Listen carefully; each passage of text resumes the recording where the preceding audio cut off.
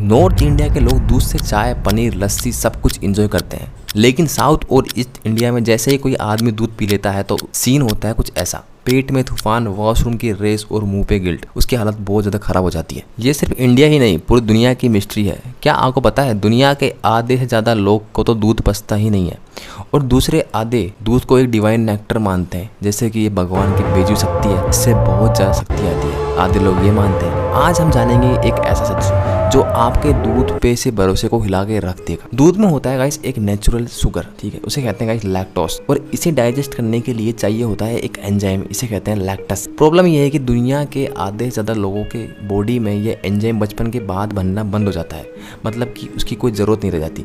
Result, दूध P के gas, bloating और बहुत उसकी हालत बहुत ख़राब हो जाती है, जिसको दूध नहीं पचता है। ये कंडीशन है लैक्टोस इंटॉलरेंस की, और ये रैंडम नहीं होता, ये एक जेनेटिक है। आपके एंसेस्टर्स ने अगर दूध रेगुलरली कंज्यूम किया है तो आप डाइजेस्ट कर लोगे, नहीं किया तो आप दूध बनेगा आपके लिए लिक्विड प्रॉब्लम। पीढ़ियों से आपके लोग दूध पीते आ रहे हैं तो आपके लिए कोई प्रॉब्लम नहीं होगी। अगर आपने बचपन में भी नहीं पिया, अगर जवानी में पी रहे हैं तो भी कोई दिक्कत नहीं होगी। पर अगर आपके एंसेस्टर्स ने दूध कभी डाइजेस्ट ही नहीं किया तो जो लैक्टोज की जो टॉलरेंस की चीज़ होती है वो आपकी बॉडी के अंदर जन्म ही नहीं ले पाई है, मतलब वो रह ही नहीं पाई, और वो बहुत वीक होती है जो शुरू के अंदर होती है बचपन के अंदर, बट उसके बाद से वो टूट जाती है रैंडमली खुद ब खुद, इसलिए आप दूध को पचा नहीं पाते।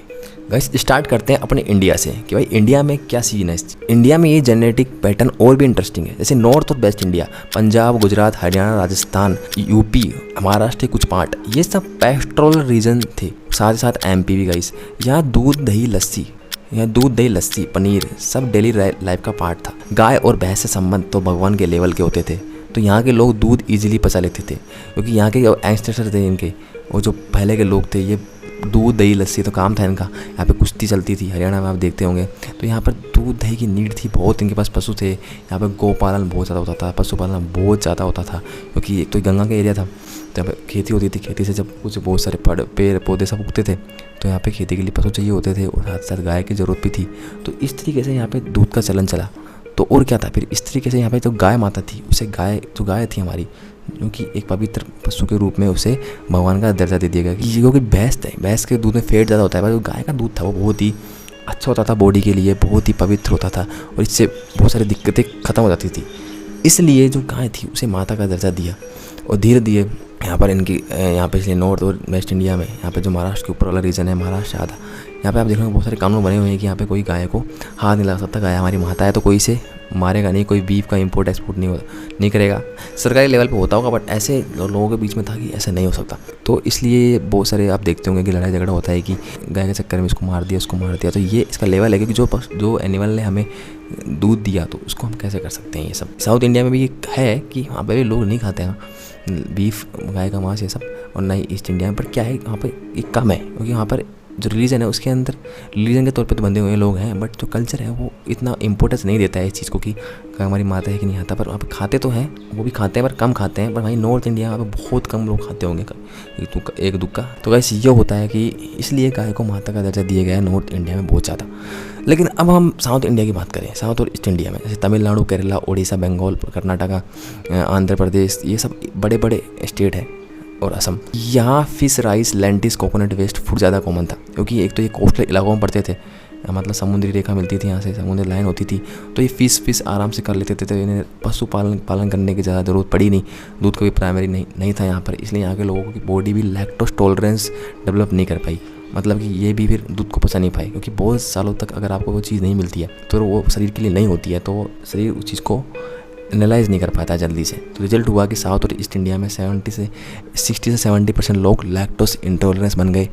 और गाइस ये एक साइंस बेस्ड फैक्ट है, ना कोई मिथ। गाइस ये तो था साउथ और नॉर्थ इंडिया का 90% सच। क्यों नॉर्थ इंडियन लैक्टोज टॉलरेंस होते हैं, वही साउथ इंडियन और west east Indian lactose intolerance होते हैं, बट 10% और रह गया है, जो कि मैं आपको इस वीडियो के एंड में बताऊंगा। अब गाइस हम बात करते हैं दुनिया के हिस्सों के बारे में, कि दुनिया के बारे में, कि दुनिया में क्या चल रहा है, कि दुनिया में कौन सी कंट्रीज लैक्टोज टॉलरेंस है, मतलब कि दूध को पचा सकती है, और कौन सी कंट्रीज लैक्टोज इंटॉलरेंस है कि दूध को नहीं पचा सकती।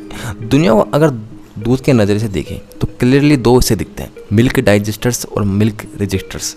यूरोप गाइस, हाँ यूरोप, अब बताऊंगा आपको 10% यहीं से, स्पेशली नॉर्थ और central Europe, Sweden, Denmark, Germany, UK, Italy, ये लोग दूध पचा जाते हैं इजीली, क्योंकि इनके एंसेस्टर्स ने 1000 ऑफ ईयर से डेयरी फार्मिंग की। और यहीं से कई जो तुर्की है उसके बाद से जो सेंट्रल एशिया में धीरे धीरे करके इंडिया में भी है, जो नॉर्थ इंडिया है, यहाँ से कनेक्शन का साफ दिखता है कि ये लोग दूध को आसानी से पचा सकते हैं, क्योंकि आधे एंस्टर यहाँ से आए, आधे एंस्टर वहाँ से गए। मतलब जहाँ जहाँ यूरोपियन है और जिनके जीन्स, यूरोपियन लोगों के जीन्स जहाँ जहाँ है, वो लोग आसानी से दूध को पचा पाते हैं। बट जो जहाँ नहीं है वहाँ के लोग को बहुत दिक्कत होती है दूध को पचाने के अंदर, क्योंकि एक तो लैक्टोज इंटॉलरेंस होते हैं और ऊपर से उन्होंने डेयरी फार्मिंग नहीं की होती है। अब हम बात करते हैं कि कौन कौन से जो है जो दूध को नहीं पचा पाते हैं। साउथ इंडियन तो आप, साउथ और ईस्ट इंडियन तो आपको पता ही है। और अगर हम वर्ल्ड की बात करें तो वैसे east Asia like China, Japan, Korea, यहाँ 90% लोग लैक्टोज इंटॉलरेंट होते हैं। और क्योंकि यहाँ डेयरी कल्चर कभी इतना कॉमन था ही नहीं, बहुत मुश्किल था, क्योंकि एक तो ये कोस्टल इलाकों में रहते थे, तो ये भी वैसे मछली पालन ये सब करते थे इसलिए। और वहीं अगर हम अरब की बात करें तो वो भी ज़्यादातर मीट ईट खाते थे, पर वहाँ पे भी मिक्स कल्चर है, मतलब मिक्स, आधे लोग दूध पचा लेते हैं, आधे लोग नहीं पचा पाते। अफ्रीका के अंदर ही मिक्स पैटर्न है, कुछ जो पेस्टल ट्राइब्स में लोग, मसाई लोगों में दूध टॉलरेंस मिलते हैं, और जहाँ बट जो कोस्टल और इक्वेंटल अफ्रीका है वहाँ लैक्टोज इंटॉलरेंस हाई है। अगर मैं बात करूँ अमेरिका की, यहाँ भी इंटरेस्टिंग पैटर्न है गाइस, जहाँ पर white Americans, mostly European ancestry वाले, उनमें टॉलरेंस हाई है, मतलब कि वो लोग दूध पचा सकते हैं। बट जो जहाँ पे वो बट अफ्रीकन अमेरिकन्स, हिस्पैनिक और जो एशियन अमेरिकन्स हैं, एशियन अमेरिकन में लैक्टोज इंटॉलरेंस काफ़ी ज़्यादा है। तो गाइस अब तो आपको पता लग ही गया होगा कि दुनिया और इंडिया कैसे दो पार्ट्स में डिवाइडेड है। तो गाइस अगर आपको दूध पचता है तो इसका मतलब ये नहीं है कि आप बहुत ज़्यादा विद्वान लोग हो, और जिन लोगों को दूध नहीं पचता इसका मतलब ये नहीं है कि वो बहुत कमतर है। वो एक जेनेटिक्स और एक ज्योग्राफी पे निर्भर करता है। तो गाइस ये थी दूध की बात। गाइस अगर आपको दूध पीना अच्छा लगता है तो लिख दीजिए आई एम विथ दूध। अगर आपको दूध के खिलाफ है तो लिख दीजिए आई एम नॉट लाइक दूध, ठीक है। और अगर आपको ये वीडियो अच्छी लगी हो तो प्लीज़ हमें फॉलो कीजिए, लाइक कीजिए, सब्सक्राइब कीजिए। अगर आप हमें सपोर्ट करेंगे तभी हम एक ऐसी और भी इंटरेस्टिंग वीडियो लाते रहेंगे जो आपको बहुत इन्फॉर्मेशन देगी और आपको का भी ज्ञान बढ़ाएगी और हमें भी मोटिवेशन देगी। Thank you guys.